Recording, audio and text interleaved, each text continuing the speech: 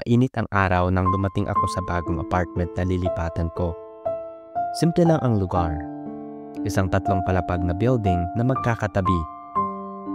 Para sa iba, ordinaryo lang. Pero para sa akin, ito ang simula ng bagong yugto ng buhay.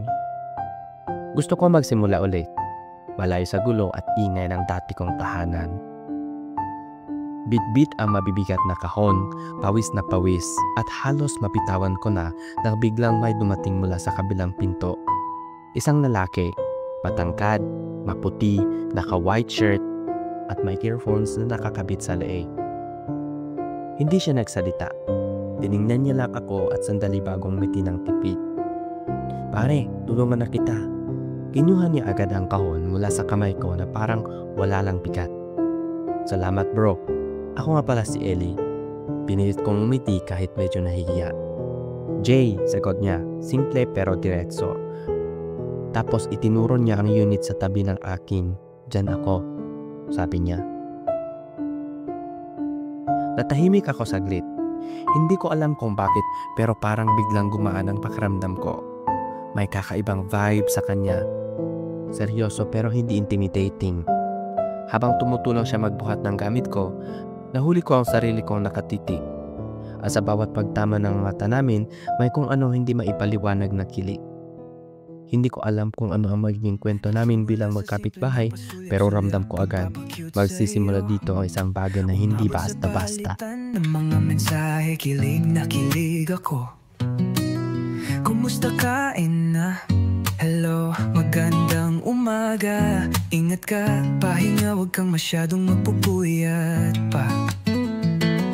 Naramdaman ng puso na dahan-dahan akong na-fall sa'yo. Sa kada araw natin na pag-uusap, meron nang namumuo.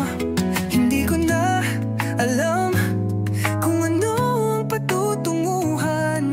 Ang hiling ko lang naman na itong naramdaman. Kinabukasan, maaga akong nagising habang nag-ayos ng mga gamit.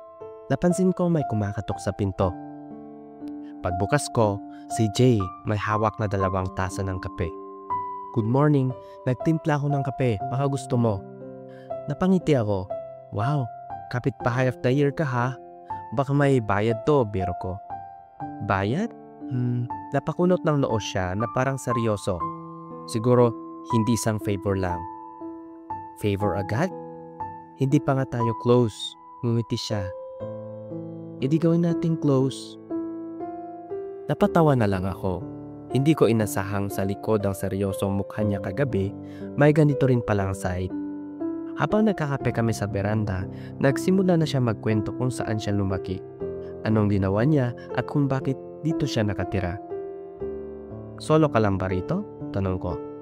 "Oo, para mas tahimik, mas okay," sagot niya, sabay lagop ng kape.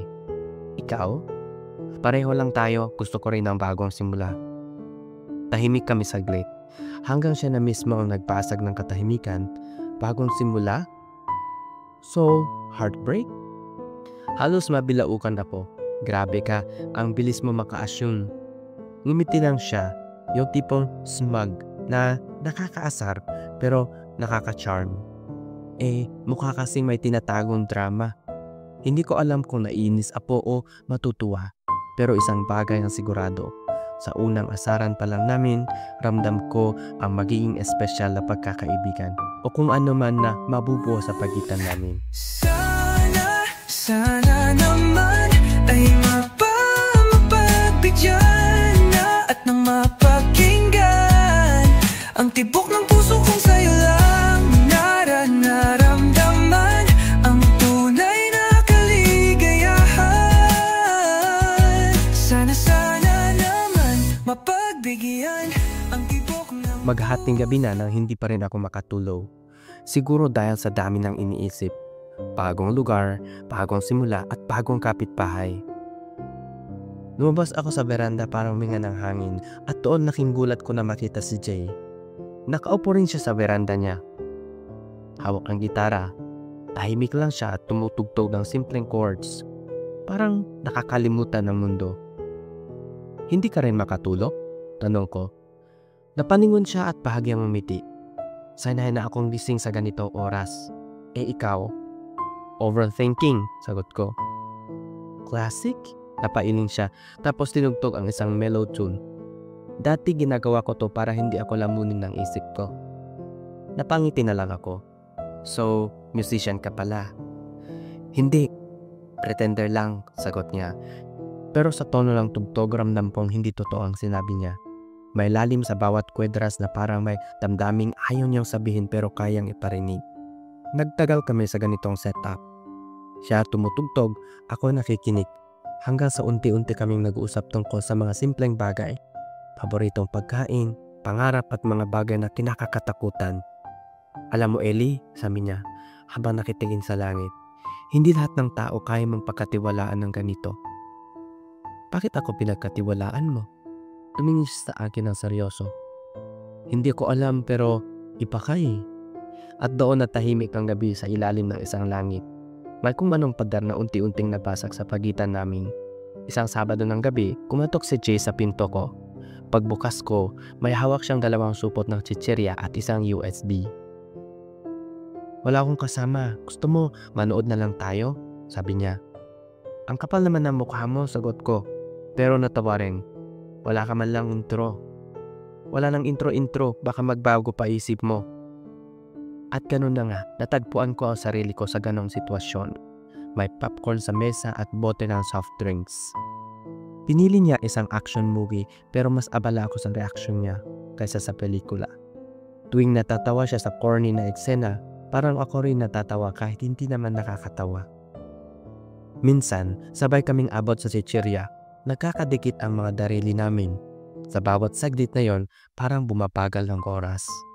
Hoy, sabi niya bigla. Bakit ganyan ka makatingin? May dumi ba ako sa mukha? Wala, sagot ko. Pabilis kong iniwas ang tingin. Trip ko lang panoorin kung gaano ka invested sa movie. Ngumiti siya. Sus, baka may iba kang tinitingnan. Halos mamula ako. Nagbibiro lang ba siya o may ibig sabihin? Hindi ko alam, pero alam ko habang nakaupo kami na makakadikit halos ang balikat, may kakaibang inik akong nararamdaman. Isang bagay na hindi ko paramdam sa kahit sino. At doon ko naisip, baka delikado na to. Araw natin na pag-uusap, meron nang namumuo. Hindi ko na alam kung ano ang patutunguhan. Ang hiling ko lang naman na itong naramdaman. Sana naman ay mapagbigyan na at nang mapakinggan ang tibok ng puso kong sa'yo lang nararamdaman ang tunay na kaligayahan. Sana naman mapagbigyan ang tibok. Pauwi na ako galing convenience store nang biglang bumungos ang ulan. Wala akong payong kaya tumakbo ako papunta sa gate ng apartment. Pero bago pa ako tuluyang mapasa, may sumulubong na payong sa ibabaw ng ulo ko. Paglingon ko, si Jenna naman. Basang-basa rin ang balikat niya kasi sa halip na siya ang unahin, mas ine-extend pa niya ang payong para sa akin. Bakit hindi ka nagdala ng payong? Tanong niya. Hindi ko alam na uulan eh, sagot ko. Nanginginit pa. Laging handa dapat pero kahit may sermon, naramdaman kong genuine ang pag-aalala niya. Habang sabay kaming naglalakad papunta sa apartment, ramdam ko ang initang praso niya na bahagyang sumasayad sa akin. Tahimik lang kami, maliban sa lagaslas ng ulan.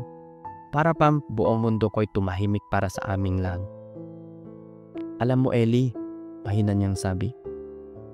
Ano naman? Tanong ko. Masarap ka palang kasama kapag may ulan? Napatingin ako sa kanya. Hindi ko alam kung joke pa yon o may ibang ibig sabihin. Pero sa paraan ng pagkasabi niya, parang may bigat, parang may gustong iparating na hindi masabi ng diretso.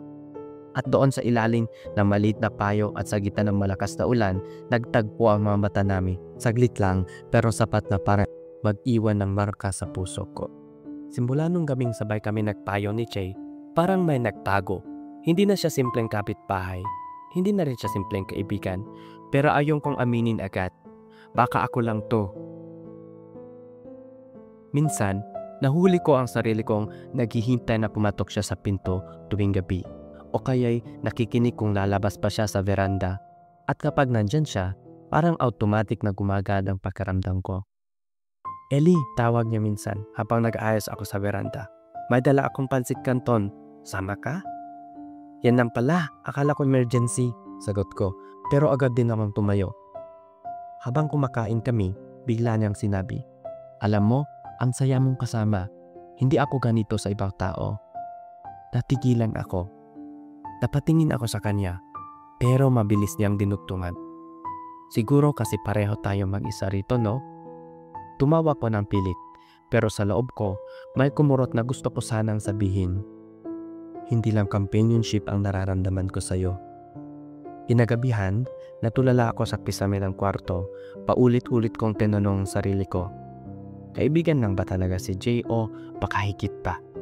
At doon ko na-realize na dedikado na. Dahil sa bawat araw na lumilipas, unti-unti akong nahuhulog kay Jay. Naramdaman ng puso na dahan-dahan akong na-fall sa'yo. Sa kada araw natin na pag-uusap, meron nang namumuo. Sabihin ng totoo upang di na malito. Saan ba lulugar? Dahil di ko na alam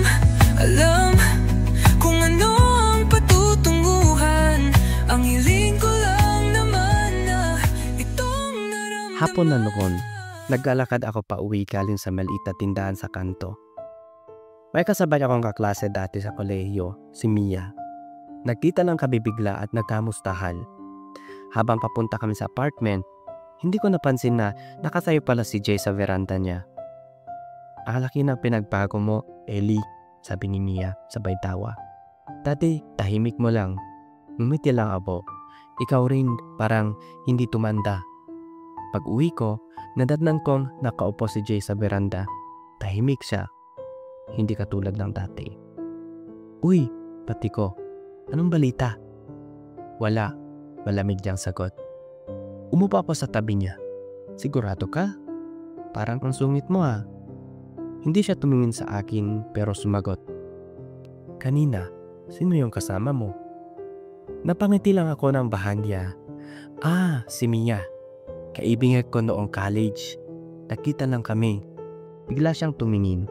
Seryoso? Ba't parang mukhang close kayo? Natawa lang ako. Grabe ka naman. Nagkape lang kami kanina. Jealous ka pa? Biro ko. Hindi siya sumagot.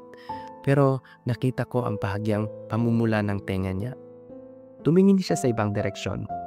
Pinilit itinatago ang ngiti. At doon ko na-confirm, oo, nagsiselos siya. At kung nagsiselos siya, ibig sabihin ba nito may nararamdaman din siya para sa akin? Biglang guminis ang tibok ng puso ko kasi kung totoo nga, baka hindi lang ako ang nahuhulog. Hindi ko makalimutan ang gabing yun. Nasa veranda kami ni Jay, nakaupo sa tabi ko. Tahimik, halos walang sinasabi. Alam kong may mabigat siyang iniisip. Ellie, mahina niyang bulong. May kailangan kong sabihin sa'yo. Tumango ako. Ano naman yon? Huminga siya ng malalim. Tiningnan ang mga kamay niya. Hindi lahat ng tao sa paligid ko pwedeng malaman kung sino talaga ako at sino ang gusto ko. Napatingin ako sa kanya. Ano ibig mong sabihin? Ellie, I'm gay. At strikto ang pamilya ko, lalo na ang tatay ko. Kapag malaman nila, mapapalayas ako sa bahay. Naramdaman ko kung paano kumirot ang dibdib ko. Bigat na bigat ang nararamdaman ko sa kanya. Hindi niya sinabi yon para gumawa lang ng traba. Ramdam ko na totoo. Tumigil ako sa pagsasalita. Tiningnan lang siya. Jay, bakit mo lang sinabi sa akin? Kasi ikaw ang nakakaintindi. Ikaw na ang taong hindi mawawala sa akin kahit ganito ako. Hindi ko alam kung ano ang sasabihin ko sa mga puntong yon. Gusto kong hawakan siya, yakapin, sabay sabihin, okay lang yan. Pero alam ko delikado ito. Delikado sa kanya. At delikado sa relasyon niya sa pamilya. Delikado rin sa puso ko. Tumahimik lang kami at nakaupo sa veranda at doon sa ilalim ng buwan at tahimik na gabi, Ramdam kong unti-unting lumalalim ang connection namin kasabay ng bigat ng lihim niya. Lumapit siya sa akin, tahimik lang. "Ellie, okay lang ba?" tanong niya. Napatingin ako sa kanya. Hindi ko masabi kung bakit, pero sa tingin ko, naiintindihan niya ang bawat kilos ko. "Siguro, kailangan ko lang ng kausap," sagot ko, bahagyang nanginginig ang tinik. Umpo siya sa tabi ko, tahimik lang. Naramdaman kong lumapit siya. Hindi ko alam kung ano ang gagawin. Takot, kaba, kilig. Lahat-lahat na ata sumasabay. "Ellie," pulong niya. "Hindi mo kailangang maging okay palagi." Hinawakan ko ang braso niya at sinunod ang segundo. Niyakap niya ako na mahigpit pero gentle. Parang sinabi ng yakap na yun na hindi ka nag-iisa. Nakahinga ako ng malalim, ramdam ang init ng katawan niya. At sa bawat sandali, parang bumagal ang mundo. Ang problema, ang lihim, ang lungkot, lahat na pawid kahit sandali lang. "Salamat," bulong ko. Nakasandal sa dibdib niya. Ngumiti siya ng mahina. "Wala ka luman. Palagi ako nandito." At sa yakap na iyon, naramdaman kong kahit may bigat sa mundo ni Jay. Ngumiti lang siya na mahina. "Walang anuman. Palagi ako nandito." At habang yumayakap ako sa kanya, may parang unti-unti ako nararamdaman sa aking sarili at sa sarili niya. Biglang uminit yung mga sarili namin. At sa may bandang baba, parang may isang bulkan na parang unti-unting tumatayo. Sana naman ay mapagbigyan na at nang mapakinggan ang tibok ng puso kong sa'yo lang naramdaman ang tunay na kaligayahan. Sana naman mapagbigyan ang tibok ng puso. Pagkatapos nun, pumasok na kami sa silid niya kasi parang nanlalamig na daw siya doon sa labas. At doon, sabay kaming nahiga. Habang yakap-yakap niya ako, patuloy ang paglaki at pagtaas ng bulkan sa nasa ibaba. At ramdam na ramdam ko na parehas kaming. Bahagya siyang tumingin sa akin ng matagal. "Gusto mo ba?" tanong niya. Unti-unting lumapit ang labi niya at hinalikan ako. Matagal at paghahalikang yon. Nasa ilang minuto ang tagal. Habang ginagawa namin, ay unti-unti niyang hinihimas ang matigas na buntok na nasa baba. Pagkatapos nun, hindi ko alam, pero ginawa na namin na isang bagay na isinisigaw ng aming mga laman. Dahil di ko na alam kung ano ang patutunguhan. Ang hiling ko lang naman na itong naramdaman. Sana naman ay mapagbigyan na at nang mapakinggan ang tibok ng puso kong sa'yo lang naramdaman ang tunay na kaligayahan. Sana naman mapagbigyan ang tibok ng puso. Sana'y wag nang patagalin, aminin na rin nilalaman ng damdamin.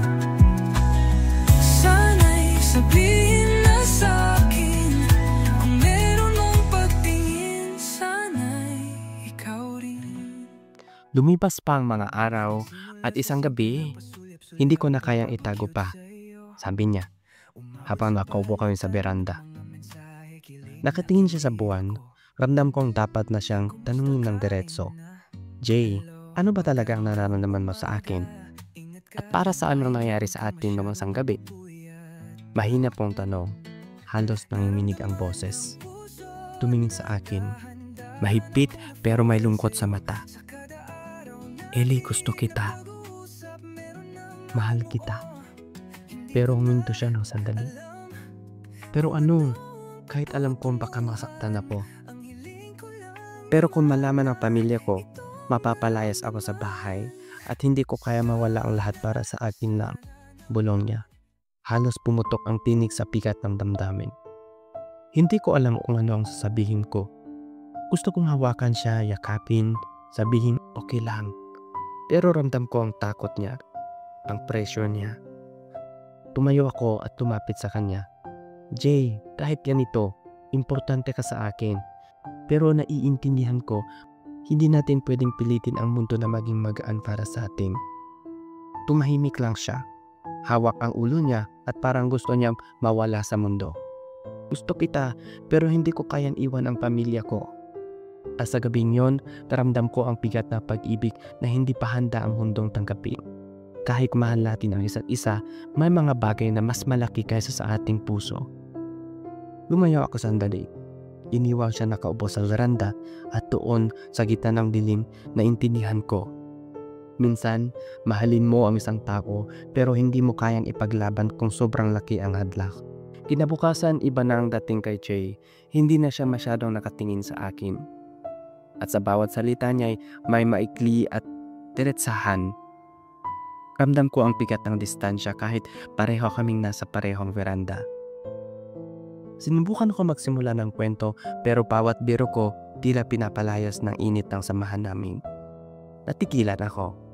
Hindi ko alam kung anong nangyayari pero ramdam ko ang pagbabago. Ellie, kailangan ko muna ng space, sabi niya habang biglang nakatingin sa gitna ng apartment complex. Space? Tanong ko. Hindi maikobli ang pagkakabigla. Bakit? Hindi siya sumagot agad. Huminga siya ng malalim. Kailangan ko munang ayusin ang sarili ko at ang sitwasyon ko sa pamilya. Hindi pa pwede.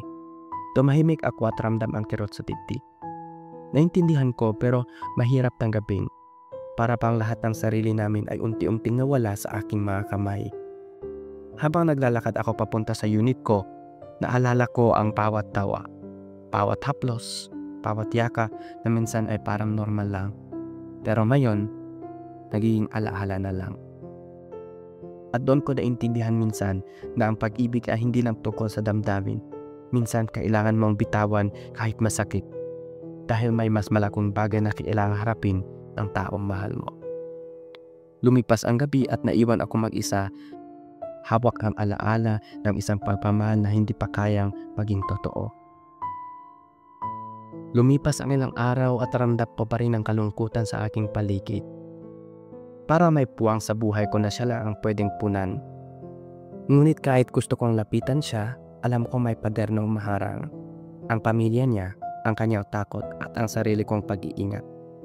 Habang nag-iisa pa sa veranda, naalala ko ang bawat sandali. Ang kape, ang ulan, ang mga late night conversations, ang bawat tawa at yakap. At doon ko naintindihan, hindi lang basta kaibigan si Jay. Ngunit kasabay ng realization na yon, ang bigat ng katotohanan. Hindi lahat ng pag-ibig ay pwedeng ituloy. May mga bagay na sa buhay ay mas malaki kaysa sa ating nararamdaman. Kahit kailangan nating tagabin ng may mga limitasyon. Isang gabi, napansin kong nakatitig si Jay sa kabilang veranda. Malalim ang iniisip. Hindi niya ako tiningnan pero ramdam ko ang kanyang presensya. Para may gustong sabihin ngunit natigil. At doon nagkaroon kami ng unspoken understanding. Pero pareho kaming may nararamdaman. Pareho kaming nahuhulog sa isa't isa. Pareho rin kaming hindi pwedeng magsama sa ngayon. Hindi madali at masakit. Ngunit sa gitna ng lahat ng ito, may respeto at pagmamalasakit pa rin. At doon ko naintindihan na minsan, ang pinakamalalim na pagmamahal ay hindi nakikita sa halik o yaka, kundi sa kakayahan mong irespeto ang hangganan ng taong mahal mo. Isang gabi, naglalakad ako papunta sa veranda ni Jay. Hindi ko alam kung anong sabihin ko, pero alam ko kailangan naming mag-usap. Isang huling pag-usap bago tuluyang lumayo ang mundo namin sa isa't isa. Ellie, tawag niya ng mahina, halos bulong. Lumapit ako, tumayo sa tabi niya. Tahimik lang kami, tiningnan ang buwan at ang pumikisap na ilaw ng apartment complex. Alam mo, mahal kita, sabi niya. Hindi ko alam kung anong sasabihin ko at ramdam ko ang puso ko'y bumibilis na naman. Jay, mahal din kita, bulong ko. Halos hindi marinig ng hangin. Ngunit kasabay ng pag-amin, nakita ko ang lungkot sa mga mata niya. Pero hindi pwede. Kung malaman ng pamilya ko, mamawala ang lahat. Napahinto ako sa paghinga. Ramdam ko ang kirot pero hinayakan ko na lang siya. Tumayo siya at unti-unting nilalayo ang sarili niya sa akin. Kahit mahal kita, kailangan nating tanggapin na may mga bagay na mas malaki kaysa sa atin ngayon. Hinawakan ko ang braso niya sandali, parang gusto ko pang pigilan ang oras. Ngunit alam ko na hindi ito ang tamang panahon. Tumahimik kami. Tumahimik na lang kami. Magkatabi pero may pader na may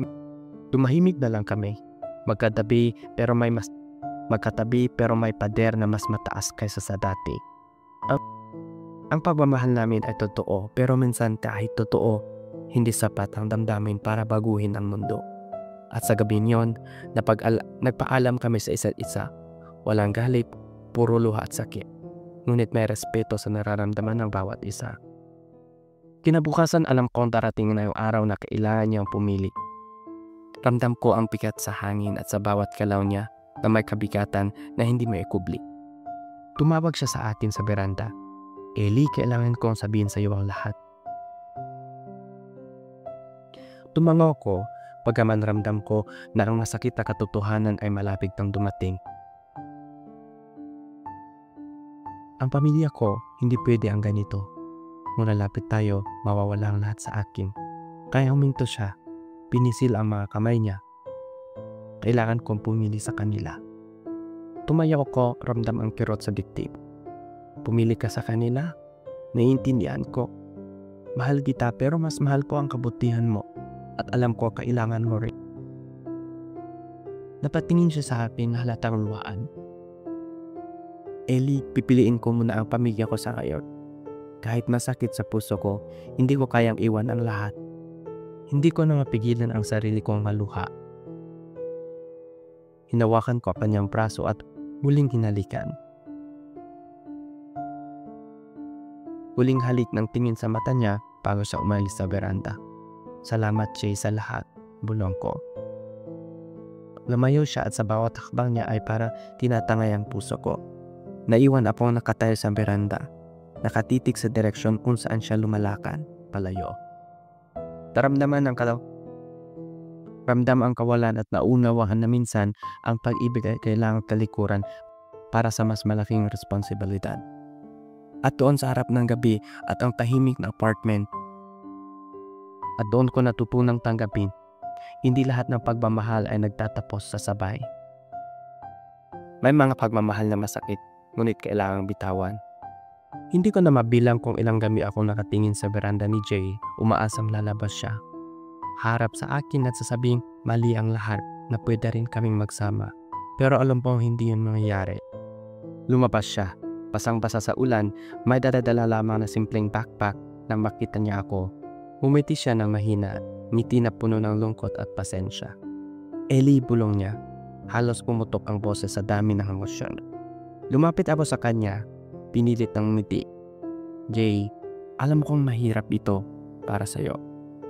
Tumayo siya sa harap ko at tiningnan ang mga mata ko. Mahal kita, Ellie.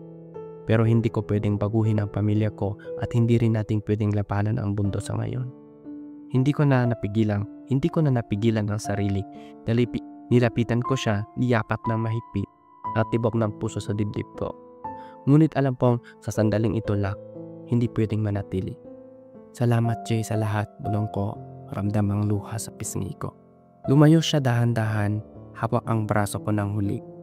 Parang gusto pang pigilan ang oras, ngunit alam naming pareho ang katotohanan. Kailangan na maghiwalay. Tumalikod siya at sa bawat hakbang niya ay parang tinatangay ang puso ko. Naiwan akong nakatayo sa veranda nag-iisa. Hawak ang alaala ng isang pagmamahal na tunay, ngunit hindi pwedeng maging totoo. Sa huling sandali, napatingin ako sa pader na dati naghiwalay sa amin. Ngayon, simbolo lang ito ng alaala ng isang pagmamahal na kahit nasaktan ay mananatiling totoo sa puso ko. At doon, sa tahimik na gabi, natutunan kong tanggapin, minsan Mahalin mo ang isang tao pero kailangan mong palayain siya kahit masakit, kahit puso mo ay mabiyak. Hanggang dito na lang at maraming salamat sa iyong pagbasa sa aking mahabang kwento ng buhay at pag-ibig.